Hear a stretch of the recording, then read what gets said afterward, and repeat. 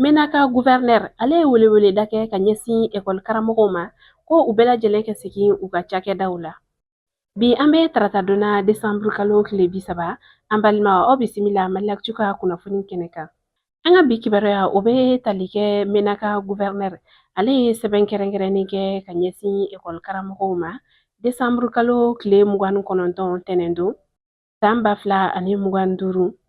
ko ekɔli karamɔgɔ fɛn fɛn bɛ yen nɔ ni u tɛ u ka cakɛdaw la ko u bɛɛ lajɛlen ka segin sɔnni janvier kalo tile 5 cɛ san 2026 nɛgɛ kaɲɛ 7 tɛmɛlen ni sanga 30 ye.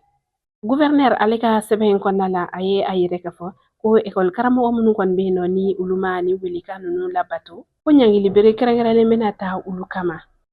Hakilila jiginna Kidal marabolo fɛnɛ kɔnɔna la kabini novembre kalo tile 26 Kidal gouverneur ale fɛnɛ ye sɛbɛn kɛ ka directeur régionaux ka olu bɛɛ lajɛlen wele ko u ka taa u ka cakɛdaw la. K'aw ladɔnniya k'a fɔ ko Kidal marabolo kɔnɔna la ko jamana ka lasigiden minnu bɛ yen nɔ ni o ye a ka foroba cakɛyɔrɔw olu ɲɛmaabaw ye ko olu caman de bɛ yen nɔ minnu kɛlen bɛ ka u ka cakɛda bila. O hukumu kɔnɔna la ale fɛnɛ ye sɛbɛn kɛ ka u ladɔnniya k'a fɔ ko bɛɛ lajɛlen ka se a ka cakɛda la sɔnni janvier kalo tile fɔlɔ cɛ san 2026 ko ni waati kofɔlen kɔni tɛmɛna ka sɔrɔ maa minnu kɔni ma se u ka cakɛdaw la ko olu ni ɲangili min ka kan o na da olu kan. Wa Kidal gouverneur ale ka o sɛbɛn in kɔnɔna la a ye foroba cakɛda 11 ɲɔgɔnna de fɔ a kɔnɔna la. O foroba cakɛda ninnu a dɔw bɛ tali kɛ sanni feere la lakana fo ka taa se farikolo ɲɛnajɛ kow ma jiko ni sirako ale ni fɛn caman wɛrɛw dugudenw olu mago bɛ se ka jɔ mun na sanga ni waati ko ni weleweleda ninnu faamuyaliko ɲuman o ɲinilen don u ko la.